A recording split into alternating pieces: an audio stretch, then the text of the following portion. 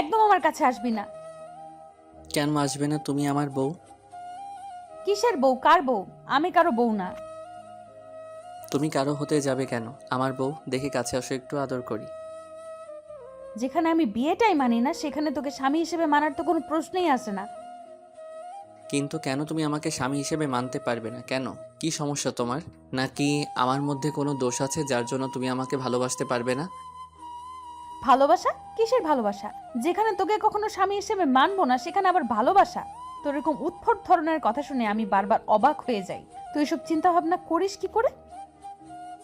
কেন, কি এমন হয়েছে যার জন্য তুমি আমাকে স্বামী হিসেবে মানতে পারবে না? নাকি আমি কোনো অন্যায় করেছি যার জন্য তুমি আমাকে স্বামী হিসেবে মানতে নারাজ? তুমি বলো, আমার কি এমন ভুল হয়েছে যার জন্য তুমি বিয়েটাকে মানো না? তুই কি করে ভাবলি তোর মতো একটা ছেলেকে আমি স্বামী হিসেবে মেনে নেব? তুই আমাদের স্ট্যাটাস দেখেছিস? আর তোর নিজের স্ট্যাটাসটা দেখ। তোর সাথে আমার কখনোই যায় না। তোর পাশে আমি যখন দাঁড়াবো তখন লোকে কি বলবে? আমাকে নিয়ে হাসাহাসি করবে। তাহলে কি করে সেখানে আমি তোকে স্বামী হিসেবে মেনে নেব বলো? তুমি সারা জীবন এই স্ট্যাটাসটা নিয়ে পড়ে থাকবে। এখন তো একটু বোঝার চেষ্টা করো, ভালোবাসলে স্ট্যাটাসে বাঁধে না। তাছাড়া আমি তো তোমাদের থেকে এতটা গরিব নই যে তোমার পাশে দাঁড়ানোর যোগ্যতা রাখি না।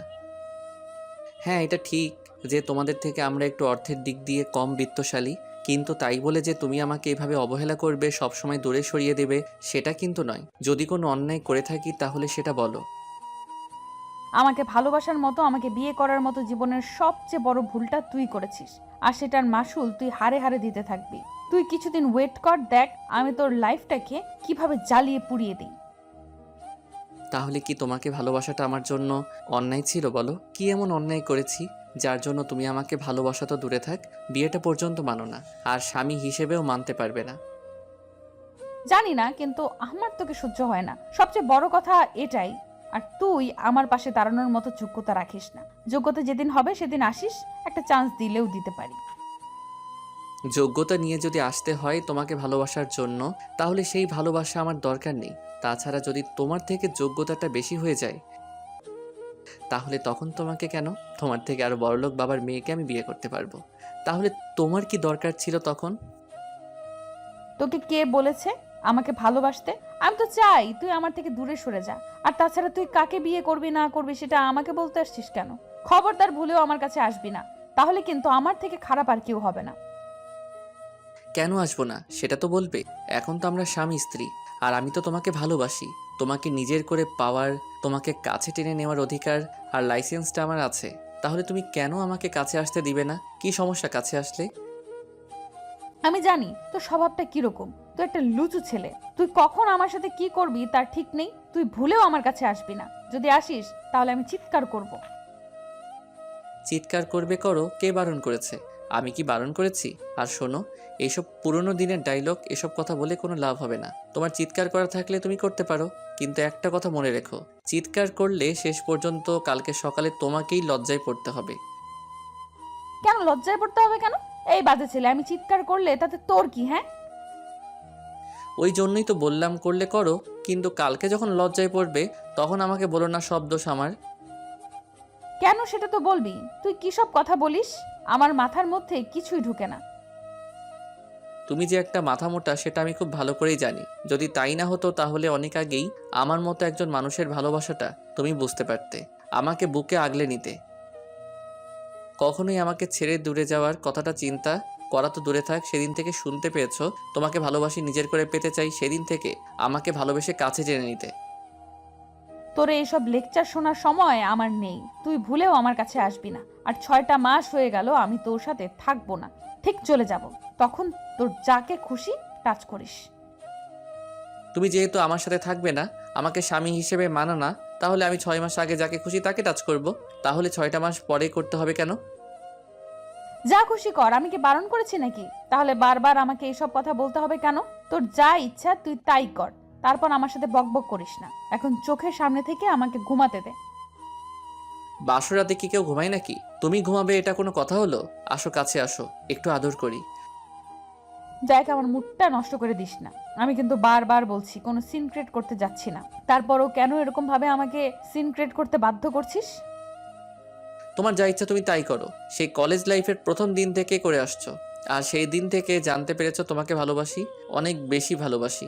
সেই দিন থেকে প্রচণ্ড পরিমাণে অবহেলা করতে শুরু করেছো, যার জন্য ভুলেই গিয়েছি যে আমি একটা মানুষ। আমারও মন বলতে কিছু আছে, খারাপ লাগা বলতেও কিছু আছে। অবহেলা করলে আমারও কষ্ট লাগে, কিন্তু একটা কথা কি জানো তো, অবহেলা করলে না পাথরটা একটা সময় ভেঙে যায়, আর মানুষের মন সেটা তো নরম কোমল। তাই আমি এত কিছু শুনতে চাই না, তোকে বলছি না আমি তোর সাথে থাকতে পারবো না। আর যেখানে বিয়েটাই মানেই হয় না, সেখানে তোকে স্বামী হিসেবে মানা তো দূরে থাক। এখন তুই কি করবি না করবি সেটা জানি না, কিন্তু ভুলেও আমার কাছে আসবি না। টয়া আর কিছু বলতে না দিয়ে বিছানায় গিয়ে শুয়ে পড়ল উল্টো দিকে ঘুরে। কিছুক্ষণ দাঁড়িয়ে থেকে তারপর ব্যালকনিতে গিয়ে দাঁড়িয়ে একটা সিগারেট জ্বালিয়ে খেতে লাগলো। যেটা ভেবেছিলাম সেটাই হলো। শেষ পর্যন্ত এই মেয়েটাকে বিয়ে করে বাসরাতে এভাবে একা একা বেলকনিতে দাঁড়িয়ে থাকতে হলো। কি এমন অন্যায় করেছিলাম উপরওয়ালা সেটা ভালো জানে, যার জন্য এইভাবে এতটা অবহেলা সহ্য করতে হচ্ছে। সারাটা রাত বাপ্পি আর ঘুমাতে পারল না। বারবার রুমে আসলো আর ব্যালকনিতে গিয়ে দাঁড়িয়ে রইল। আপনারা কি ভাবছেন এখানে কি হতে পারে, তাই তো? টয়ার কথাতে অবশ্য এতক্ষণে বুঝে গেছেন যে ও অনেক বড়লোক ফ্যামিলির মেয়ে, আর বাপ্পির অবস্থা ওদের মতো অতটা ভালো নয়। কিন্তু টয়ার পাশে দাঁড়ানোর মতে তার উচ্চ পর্যায়ে যাওয়ার মতো অ্যাবিলিটি ওদের আছে। তারপরও টয়া সেটা মানতে নারাজ। ও ভাবে ওদের যত টাকা পয়সা আছে আর কারো ততটা নেই, যার জন্য বাপ্পি ওর পাশে দাঁড়ানোর যোগ্যতা রাখে না। তো যেদিন থেকে কলেজে টয়ার সাথে বাপ্পির প্রথম দেখা হয়েছিল, সেদিন থেকে বাপ্পি ওর প্রতি ফিদা হয়ে গেছিল। কারণটা টয়া দেখতে যথেষ্ট সুন্দরী, কিন্তু ওর ব্যবহারটা মোটেও ভালো না। কখনো বাপ্পির সাথে ভালো ব্যবহার করতে দেখেনি। হয় রেগে কথা বলে, না হলে গায়ে হাত তোলে। আর যে ছেলে ভুলেও একটাবার প্রকাশ করেছে টয়াকে পছন্দ করে, তাহলে তাকে কলেজের সামনে কি অবস্থা করেছে সেটা বাপ্পির ভালো করে জানে। কিন্তু আজকে হঠাৎ করে ওদের বিয়েটা হয়ে গেল, তাও সেটা একটু অদ্ভুতভাবে। বাপ্পি একটা বছর টয়ার পিছনে পড়েছিল। টয়ার অবহেলা অপমানটা আর ইগনোর করাতে বাপ্পি একটা সময় ওর দূরে সরে যেতে বাধ্য হয়েছিল। কখনো নিজের করে পাওয়াটা সম্ভব না, কারণ ওকে বোঝাতে বোঝাতে ব্যর্থ হয়ে গেছিল। এমন কোনো অপমান নেই যেটা টয়া ওকে করেনি, যার জন্য বাপ্পির অনেক বেশি খারাপ লাগতো। তাই নিজেকে আর ছোট করতে চায়নি, দূরে সরিয়ে নিয়েছিল।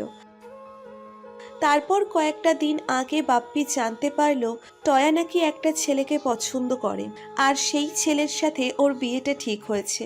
সব শোনার পরে বাপ্পির খারাপ লেগেছিল, তারপরও ভেবেছিল আমার ভালোবাসাটা না হয় নাই সফল হলো, কিন্তু ও যাকে ভালোবাসে তার সাথে যেন সারা জীবন সুখে থাকে, তাতেই আমি অনেক হ্যাপি থাকবো।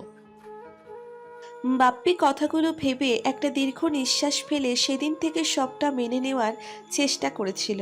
কিন্তু বিয়ের দিন, বিয়ের ঠিক আগ মুহূর্তে যখন বর আসবে, তখন সবাই জানতে পারে টয়ার বয়ফ্রেন্ড একজন নারী পাচারকারী, আর আজকে পুলিশের কাছেও ধরাও খেয়েছে। এমন কিছু শুনে টয়া আব্বুর মাথায় যেন আকাশ ভেঙে পড়েছিল। উনি অসুস্থ হয়ে গিয়েছিল, কি করবে ভেবে উঠতে পারছিল না। টয়ার আব্বুর এরকম দুরবস্থা দেখে ওর একটা বান্ধবী এসে ওনাকে বাপ্পির বিষয়টা বলে সব শোনার পর টয়ার আব্বু বাপ্পির সাথে টয়ার বিয়ে দিয়ে ওনার সম্মানটাকে বাঁচায়। টয়ার আব্বুর কথাতে বাপ্পির আব্বু আম্মু প্রথমে রাজি হচ্ছিল না, কারণ টয়া ওকে সহ্য করতে পারে না। তখন টয়ার আব্বু ওকে অনেক রিকোয়েস্ট করে বলেছিল বিয়েটা করে নিতে। হয়তো প্রথম কিছুদিন টয়া ওকে মেনে নেবে না, তারপর ঠিকই মেনে নিবে। আব্বু আম্মুর কথাতে বাপ্পি বিয়েটা করে নিয়েছিল। বিয়ের সময় টয়া হয়তো কোনো সিন ক্রিয়েট করেনি। বাপ্পি ভেবেছিল সবটা স্বাভাবিকভাবে মেনে নিয়েছে। বাপ্পি জানতো না বাসর ঘরে আসলে টয়া এমনভাবে ওর সাথে সিন ক্রিয়েট করবে। তো বাপ্পি ব্যালকনিতে দাঁড়িয়ে কথাগুলো ভাবছে আর নীরবে চোখের জল ফেলছে। এর মাঝে সকাল হয়ে গেছে। ফজরের আজান দিতেই বাপ্পি গিয়ে নামাজ পড়ে নেয়। তারপর টয়াকে ডাকতে শুরু করে। টয়াকে ডেকে ওঠানোর সাথে সাথে ও রেগে উঠে বসে আর বলতে শুরু করে, কি হয়েছে, এত ডাকাডাকি করছিস কেন? কি সমস্যা তোর? আজান দিয়েছে, নামাজ পড়ে নাও। তোর পড়ার ইচ্ছা থাকলে তুই পড়, না হয় আমাকে ডিস্টার্ব করছিস কেন? ঘুমাতে দে আমাকে। সারা জীবন অনেক ঘুমিয়েছো, এখন থেকে আর এমনটা চলবে না। আর তুমি কি ভেবেছো তুমি আমাকে স্বামী হিসেবে মানো না বলে আমি তোমাকে নিজের মতো চলতে দিব? কখনোই না। সেটা যদি ভেবে থাকো তাহলে ভুল ধারণা। ওঠো, গিয়ে ফ্রেশ হয়ে উজু করে নামাজটা পড়ে নাও। টয়া বাপ্পির কথা না শুনে আবার শুয়ে পড়ল। বাপ্পি তখন আর কোনো উপায় না পেয়ে ওকে কোলে উঠিয়ে তারপর ওয়াশরুমে গিয়ে নিয়ে গেল। বাপ্পির কর্মকাণ্ডে টয়া প্রচণ্ড পরিমাণে রেগে গেল। তারপর বাপ্পি ওকে কোল থেকে নামাতে ও বাপ্পিকে থাপ্পড় মেরে দিল। সাথে সাথে ওর গায়ে যেন আগুন জ্বলে উঠল। ও আর দেরি না করে টয়াকেও 2টা থাপ্পড় মেরে দিল। রেগে ওর গলাটা চেপে ধরে বলতে লাগলো, একদম নাটক করার চেষ্টা করবি না। তোর জন্যই সব হয়েছে। তোকে ভালোবেসে আমার লাইফটা শেষ হয়ে যাচ্ছে, আর তুই বুঝতেই পারছিস না? এত নাটক কি করে করতে পারিস? আমি নেহাত ভালো ছেলে, তাই তোর সাথে এতদিন সিন ক্রিয়েট করিনি, কিন্তু এখন থেকে আর না। আমি বুঝতে পেরেছি সোজা কথায় কাজ হবে না, তোর সাথে সেই ব্যবহারটা করতে হবে যেটা একটা মাতাল তার স্ত্রীর সাথে করে। তাহলে তুই বুঝতে পারবি অহংকার কতটা ভয়াবহ। তোর এই অহংকার আমি খুব শীঘ্রই ভেঙে দেব। তোর জন্য অনেক অপমান সহ্য করেছি, কিন্তু আর না। শেষ পর্যন্ত তোর বাবার সম্মানটা বাঁচাতে তোকে বিয়ে করেছিলাম, আর তুই কি না আমার সাথে এরকম মিসবিহেভ করছিস? দাঁড়া, তোকে তো আমি সোজা করেই ছাড়বো, না হলে আমার নামও বাপ্পি না। বাপ্পির এরকম রাগী চেহারা দেখে ভয়ে টয়া চুপসে গেছে। ও চোখগুলো বন্ধ করে রেখেছে। বাপ্পি খেয়ালে নিঃশ্বাস নিতে কষ্ট হচ্ছে। তখন ওকে ছেড়ে দিল। তারপর রেগে সেখান থেকে বেরিয়ে যেতেই একটু পর টয়া ফ্রেশ হয়ে বের হলো। তখন বাপ্পি কিছু বলার আগেই টয়া নামাজ পড়ে নিল। বাপ্পি মনে মনে ভাবতে লাগলো, তোকে সোজা করতে হলে আমাকে গরম হতে হবে। অনেক নরমভাবে বুঝিয়েছি, কিন্তু বুঝেছি কুকুরের লেজ এত সহজে সোজা হবে না। তোকে সোজা করতে হলে আমাকেই করতে হবে। সেদিন থেকেই বাপ্পি টয়ার উপর অধিকার খাটাতে শুরু করে। উঠতে বসতেই বাপ্পি ওর সাথে রাগী কণ্ঠে কথা বলে, যার জন্য টয়া ওর সাথে কোনো প্রকার রাগারাগি করার সাহস পায় না। এর মাঝেই বাপ্পি খেয়াল করেছে ও যতবার টয়ার কাছে যাওয়ার চেষ্টা করে টয়া ততবারই ওর থেকে দূরে সরে যায়। বাপ্পি অনেক ভেবেচিন্তে একটা ডিসিশন নিয়েছে। আর কিছুদিন টয়াকে বোঝানোর চেষ্টা করবে, তারপর ওর লাইফ থেকে অনেক দূরে হারিয়ে যাবে। বাপ্পি আরও একটা মাঠ বাপ্পিকে বোঝানোর চেষ্টা করলো, তারপর যেন টয়া বুঝতেই চায় না। বাপ্পি আর কোনো উপায় না পেয়ে বাসা থেকে চলে গেল। প্রথম কয়েকটা দিন টয়া বিষয়টা স্বাভাবিকভাবে নিলেও একটা সপ্তাহ পার হতেই ওর বেশ ভয় হচ্ছিল। ও ভাবতে শুরু করেছিল বাপ্পি কিছু করে ফেললো না তো, তাই এখন বেশ কান্নাকাটি শুরু করে দিয়েছিল। ওরকম কান্নাকাটিতে আব্বু আম্মু ভেবেছে ওদের সম্পর্কটা অনেক মধুর, কিন্তু ওরা তো জানে না টয়া আর বাপ্পির মাঝে কিরকম সম্পর্ক। একটা মাস পর বাপ্পি বাসায় ফিরে আসে, আর টয়া অনেক দিন আগে ওর বাসায় চলে গেছে। বাপ্পি বাসায় এসে ওকে দেখতে না পেয়ে ভাবে যে সম্পর্ক টিকবে না ও আর সেই সম্পর্ক রাখবে না। বাপ্পি বাসায় আসছে জানতে পেরে টয়াও ওর বাসায় আসে। তারপর রুমে আসতেই দেখে বাপ্পি কপালে হাত দিয়ে বিছানায় শুয়ে আছে। টয়া কোনো কথা না বলেই বাপ্পির পাশে শুয়ে পড়ে তারপর ওকে খুব শক্ত করে জড়িয়ে ধরে বলতে শুরু করে, এই কোথায় গিয়েছিলে তুমি? জানো না তোমাকে ছাড়া থাকতে আমার কতটা কষ্ট হয়? তারপর কেন আমাকে ছেড়ে গেলে? টয়ার এরকম কথাতেই বাপ্পি অনেকটা অবাক হয়। তারপর উঠে বসে আর খেয়াল করে টয়া ওকে জড়িয়ে ধরে রেখেছে। বাপ্পি ওকে ছাড়িয়ে নিয়ে উঠে বসে আর বলে, কি হলো না, তুমি বাসায় চলে গিয়েছিলে, তাহলে আবার আসলে যে? আর ভয় পেও না, 6টা মাস পর তুমি তোমার কাঙ্ক্ষিত জিনিসটা পেয়ে যাবে।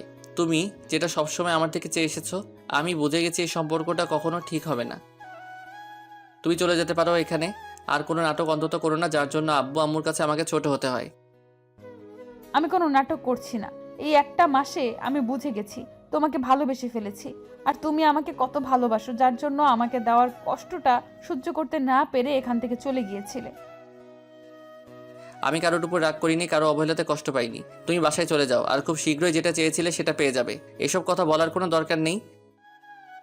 না, আমি আমার স্বামীকে ছেড়ে কোথাও যাব না। আমি তোমাকে রেখে কোথাও যাব না, থাকতে পারবো না তোমাকে ছাড়া। তাই একটা মুহূর্তের জন্য এখান থেকে কোথাও যাব না। তুমি আমাকে এখন যতই অবহেলা করো, আমার এখন শুধু তোমাকেই চাই। কিন্তু আমার আর তোমাকে চাই না। অনেক বোঝানোর চেষ্টা করেছি, তখন বুঝতে পারিনি। এখন নিজের মনকেই বুঝিয়ে নিয়েছি। পাগল তুমি না, আমি ছিলাম। যার জন্য পাগল ছিলাম তাকে বোঝাতেই পারিনি। এখন ছাড়ো, আমাকে আর এসব কথা বলতে এসো না। বাপ্পি উঠে গেল। টয়া আবারও ওকে জড়িয়ে ধরলো আর ফুপিয়ে কান্না করতে লাগলো। 1 ঘন্টা যাবৎ টয়া ওকে বোঝাতে লাগলো, কিন্তু বাপ্পি মানতে নারাজ। তাই একটা সময় টয়া বলতে লাগলো, তুমি যদি আমাকে এখান থেকে তাড়িয়ে দাও তাহলে আমি সত্যি বাসায় গিয়ে সুইসাইড করে নিব। আমি তো বলছি আমার ভুল হয়ে গেছে, আর তুমি তো জানো আমি রাগী আর অহংকারী একটা মেয়ে, তাহলে কেন আমাকে এখন মাফ করতে পারবে না?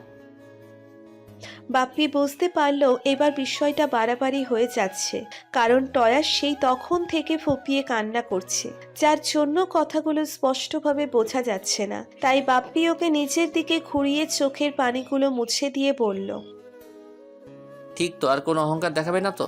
এখন থেকে ভালো মেয়ে হয়ে যাবে তো? তুমি যেমনটা চাও আমি ঠিক তেমন হয়ে যাব, তারপরও শুধু আমাকে ছেড়ে যেও না। আচ্ছা ঠিক আছে, যাব না। এখন কান্না থামাও। এই কান্না থামবে না যতক্ষণ অবধি না তুমি আমাকে আদর না করে দিবে। ওকে, করে দিচ্ছি। আমাদের ভিডিওটি কেমন লেগেছে তা কমেন্ট করে জানাতে ভুলবেন না। আর ভিডিওটি যদি ভালো লেগে থাকে তাহলে একটি লাইক করুন আর সাবস্ক্রাইব করে আমাদের পাশেই থাকুন। ধন্যবাদ সবাইকে আমাদের পাশে থাকার জন্য। আল্লাহ হাফেজ।